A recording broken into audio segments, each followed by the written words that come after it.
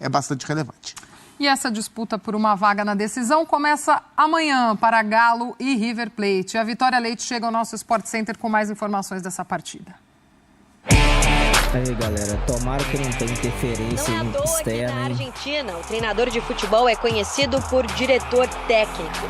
O termo reforça a importância da figura que conduz uma equipe aos seus objetivos. Nesta terça-feira, um dos duelos da semifinal da Conmebol Libertadores terá mais que 2 postulantes ao título. Atlético Mineiro e River Plate é o confronto entre Gabriel Milito e Marcelo Gallardo.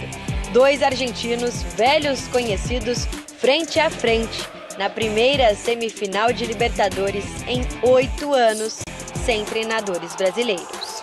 Son 2 entrenadores que trabajan mucho la táctica, son 2 entrenadores que se preocupan mucho por cada uno a su manera, pero ser protagonistas del juego, ¿sí? Son entrenadores valientes porque piensan más en el ataque, sin dejar de pensar en defender, pero piensan mucho en cómo atacar y en cómo poder lastimar y dañar al rival. Cuando Milito dirigía en el fútbol argentino y coincidía con Gallardo, seguramente eran los 2 mejores técnicos del fútbol argentino. 5 vitórias do Gallardo, 1 empate e 3 vitórias de Gabriel Milito nos 9 jogos em que se enfrentaram. Treinadores tão parecidos e intensos que até já deixaram os ânimos esquentarem numa outra ocasião também pela Libertadores em 2021. Com o silêncio das arquibancadas na pandemia, foi possível ouvir a discussão dos diretores técnicos. Dessa vez, Milito tem um elenco e tanto para enfrentar o River de Gallardo. Simbólica, a ida da semifinal é o jogo de número 50 do treinador no comando do Galo. Foi aqui no Atlético que Gabi conquistou seu primeiro título como treinador na carreira, um campeonato mineiro. Mas ele quer mais. Também finalista da Copa do Brasil, agora está em busca da glória eterna. E para isso vai precisar eliminar o conterrâneo argentino que já tem 2 Libertadores na conta. Cuando un team tiene tanta ilusión y tiene un sueño grande por conseguir, el cansancio se domina. El cansancio se domina. Ahora no hay más, no hay cansancio, ahora solamente soñar y competir, luchar y jugar para intentar conseguirlo. Será difícil, muy difícil, pero vivimos de la ilusión y daremos lo mejor de cada uno para conseguir eso que tanto nos ilusiona. Si tengo que destacar algo, que es un equipo que no te va a dejar a gamba, ¿entendés? O sea, que no va a flaquear, que puede ganar como puede perder, como nos pasó, y puede empatar, es simple, pero que no te va a dejar nunca la sensación, te va a dejar a gamba. Y que eso tiene mucho valor, para mí representa mucho. Y yo creo que el hincha lo sabe también. Uma semifinal com cara de final antecipada. 180 minutos que podem definir o caminho a mais um título na prateleira de Marcelo Gallardo em seu retorno ao River, ou a marca de Gabriel Milito, de uma vez por todas, na história do Clube Atlético Mineiro.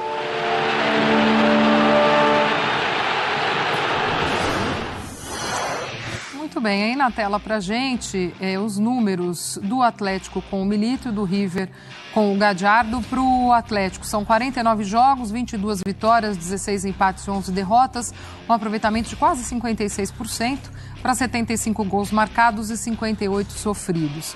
Do lado do River Plate com o Gallardo, 13 jogos, 5 vitórias, 7 empates e 1 derrota, um aproveitamento de 56,4%.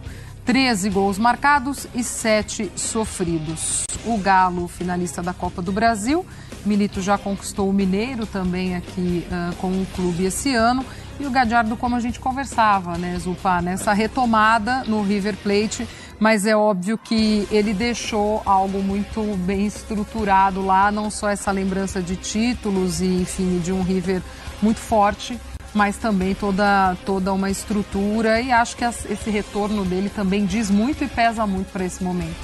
No meio do ano, quando o River fez uma janela forte, trazendo jogadores como o Acunha, por exemplo, titular da lateral esquerda da seleção argentina durante muito tempo, e outros jogadores, Pity Martínez, que voltou um pouco antes, o Maxi Meza, que também chegou, o Bustos, que era do Inter, e logo depois contrata o Marcelo Gallardo, o recado dado é, opa, competidores da Libertadores, cuidado, esse time se fortaleceu demais e trouxe de volta um dos grandes técnicos, acho que junto com o Abel Ferreira, o grande técnico a trabalhar na América do Sul nos últimos anos, né, com trabalho longo como foi o do Gallardo. Então, assim, são nomes de impacto, mas até o presente momento o River do Gallardo não decolou, o que não quer dizer que ele não mereça respeito, merece muito, serão jogos bem complicados para o Galo.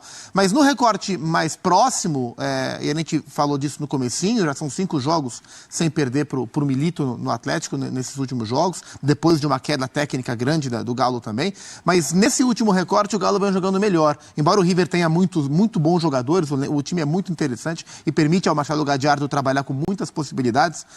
O River vem deixando a desejar, especialmente no aspecto ofensivo. O Miguel Borja vive uma temporada espetacular em números de gols marcados, o Colídio é um jogador de muita movimentação, tem o Nátio Fernandes, que o atleticano conhece tão bem, tem o Lanzini, que voltou, tem o Diablito Echeverri, que vem do banco, tem muita gente para jogar, mas ofensivamente é um River que produz pouco nos últimos jogos. Então o Galo tem que aproveitar bastante o jogo de amanhã, jogo em casa, tentar construir vantagem, é possível que isso aconteça se o rendimento for melhor do que foi no sábado contra o Vasco. E vai ser um jogo de estratégias mesmo, assim. Hoje o River hoje rende mais através dos nomes do que propriamente da sua performance. Mas o Galo também tem muito jogador para resolver o confronto. Então, como disse a Vitória, é uma semi com cara de final. Esse trabalho do Milito, até quando ele chega no Galo, né, André, tem um impacto imediato. Depois é bem verdade que ele teve problemas com lesão, com datas de convocação para as seleções, e ele teve que muitas vezes se rearranjar, se reinventar, e houve uma queda técnica. Um entendimento dentro do clube no período de irregularidade, quando o time realmente parou de jogar ou parou de evoluir, era de que a culpa não era da comissão técnica, porque a questão dos jogadores perdidos e o fato do Atlético não ter conseguido dar ao Milito algumas peças que depois chegaram. Isso tudo foi compreendido como algo normal de uma temporada e alguns problemas que caem no colo de um treinador para que ele resolva, e ele não pode ser responsabilizado sozinho se esses problemas não são resolvidos. E aí ele recebeu o suporte. É uma coisa difícil da gente ver no futebol aqui no Brasil, mas a temporada foi andando e mesmo não demonstrando até aquela partida contra o Fluminense pela Copa Libertadores, o nível de futebol que a gente viu o Atlético mostrar no começo do trabalho do Milito, as coisas continuam, né? Eu lembro, depois de se classificar contra o Fluminense, a entrevista que ele deu, a gente mostrou ao vivo aqui no Sport Center, na qual ele disse que enfrentar os problemas do calendário brasileiro disputando 3 competições simultâneas era alguma coisa que estava gerando a ele como técnico um aprendizado muito grande, com todas as dificuldades que ele nunca tinha experimentado. E que, é claro, ele gostaria de ter mais tempo para treinar, ou mais não, ele gostaria de ter tempo para treinar e não apenas ficar recuperando jogadores e preparando partidas e perdendo muita gente, porque isso é o que acontece também por lesão e tal. Mas que isso trazia, pelo menos foi assim que eu entendi, uma riqueza que ele não tinha na carreira dele como treinador, porque ele nunca enfrentou uma loucura desse nível, né? E que, é claro, ele gostaria de estar melhor colocado no Campeonato Brasileiro, mas as Copas estavam oferecendo possibilidades de disputar finais e eventualmente ganhar troféus, e isso era muito bom, era uma temporada de sonho para ele, eu acho que foi essa a expressão que ele usou. E também achei muito interessante a forma como ele se referiu agora ao problema do cansaço, do desgaste dos jogadores, que não é só físico, né?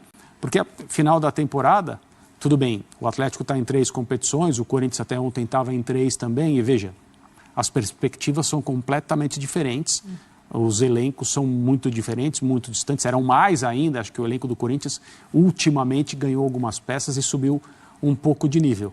Mas está todo mundo cansado, né? Está todo mundo com a perna pesada, como se diz. E quando um treinador que foi jogador, cara que viveu coisas importantes, tem a carreira que ele tem como atleta e depois como técnico diz, quando você tem a ilusão, quando você tem o sonho, o cansaço desaparece, eu tenho certeza que não desaparece, mas você lida com isso de outras maneiras. E treinadores que já passaram por maratonas semelhantes aqui no Brasil sempre disseram isso. É muito menos difícil lidar com o desgaste quando você está vencendo, está avançando e os seus sonhos continuam ali, né? Mais ou menos distantes, mas eles continuam possíveis, você tem menos dificuldade para lidar com essa loucura que é o calendário do Brasil / América do Sul. E nessa fase mais aguda das competições, das Copas, né, acho que ficou muito claro também a postura do Galo nessa prioridade das duas Copas. Acho que isso ficou bem visível no trabalho do Milito. A gente tem aí alguns personagens das equipes, o Zupac até citou alguns desse River também, e a gente traz aí na tela, ó, líderes em participações em gols. O Hulk, 42 jogos, 19 gols e 10 assistências. E o Scarpa com 55 jogos, 9 gols e 12 assistências pelo lado do Galo. Ali do lado do River Plate temos o Miguel Borja com 40 jogos, 28 gols e 4 assistências. E o Facundo Colídio com 40 jogos, 13 gols e 1 assistência. Você até destacou, né, Zupa, a questão do Borja, mas falando do próprio Galo, como as individualidades também aparecem. O Hulk, eu acho que é o nome que mais salta, se a gente fizer o recorte do jogo contra o Vasco, em que foi muito abaixo desse Galo, e aí vem um Hulk que define, mas acho que nesse trabalho do Milito a gente pode ver muito isso também, essas individualidades potencializadas de alguns jogadores, como o Arana também, por exemplo. Acho que alguns caras aí que a gente pode destacar. E são jogadores que são plenamente capazes de, claro, quando o Galo está jogando bem, serem os protagonistas, mas são jogadores perfeitamente possíveis de, naqueles dias em que o Galo não está bem, como o Galo não esteve bem contra o Vasco, em apenas um lance, resolvem o confronto. Isso. O Hulk é esse cara. Em termos de jogo jogado de 90 minutos, não é a melhor temporada do Hulk pelo Galo. Mas a hora que o Calo aperta, ele é o cara que em um lance resolve o jogo. Em um lance, ele acha o cruzamento que ele achou pro Daverson contra o Fluminense. Em um lance, ele acha o chute espetacular que ele achou contra o Vasco da Gama. Essa é uma das vantagens de ter tantos jogadores diferenciados como o Galo tem. Tem o Hulk, tem o Paulinho, que não está tão bem quanto, mas ele é capaz. Tem o Scarpa, que numa bola parada resolve. Tem o Arana, que num lance também pode resolver. O River, a gente viu aí, tem o Miguel Borja, que vive a sua melhor temporada em número de gols da carreira, mas a gente está falando de um outro tipo de jogador. Embora ele esteja bem, faça gols, é um outro tipo de jogador, né? O River Plate tem menos jogadores do nível do Hulk, do nível do Scarpa, para resolver em um lance fortuito. Tem muitos jogadores interessantes. O próprio Nacho é um deles. Aliás, curiosidade, o Nacho, quando esteve... O Nacho é cria do River, né? O Nacho, quando esteve no Galo, em 2021, tivemos um Galo e River na Libertadores, e o Nacho, pelo Galo, marcou no River, fez um gol no River Plate. Agora, inverte, ele vai jogar pelo River contra o Galo, onde ele foi campeão brasileiro da Copa do Brasil, da Supercopa e campeão mineiro. É um dos bons jogadores que o time do River Plate tem. Aliás, é bem possível que o Gadiardo mude o sistema do River Plate. Desde que ele assumiu, o River joga em linha de 4 quase sempre. Jogou com 3 zagueiros no Superclássico recente na Bombonera contra o Boca. Venceu 1-0. Para o jogo de amanhã, é possível que pela segunda vez o Gadiardo vá com 3 zagueiros para tentar fechar um pouco mais o time. A gente tem imagens da festa da torcida do River Plate já lá em Belo Horizonte. River, que inclusive também já chegou à capital mineira para esse confronto de logo mais, de amanhã, perdão. E aí a torcida já também marcando presença. Algo muito característico, né, André, do que é o torcedor argentino também, enfim. Um jeito argentino de torcer, né? É claro, as torcidas são diferentes, mas a vibração é bem semelhante. E é bonito, isso faz parte da Copa Libertadores. A gente tem, infelizmente, né, ao longo dos anos, episódios de violência, episódios de mau comportamento, episódios de racismo, muitas vezes. Isso tudo é muito ruim, mas a Copa Libertadores ela tem o seu espírito ligado à presença das pessoas no estádio. E tomara que seja um grande jogo de futebol, na verdade uma grande noite de futebol, nessa terça-feira em Belo Horizonte, porque não é todo dia que existe um Atlético e River para ser apreciado pelos torcedores dos dois times, mas também por quem gosta de futebol e não tem nada a ver do ponto de vista sentimental com esse grande jogo. A gente vê aí também as imagens do River Plate chegando ao hotel em que fica hospedado em Belo Horizonte. Chegou agora no início da noite, a nossa equipe acompanhou e a gente recuperando aí essa imagem, não só da festa dos torcedores que esperavam pelo River na porta do hotel, mas o clube argentino também chegando. A nossa equipe está no mesmo hotel do River Plate.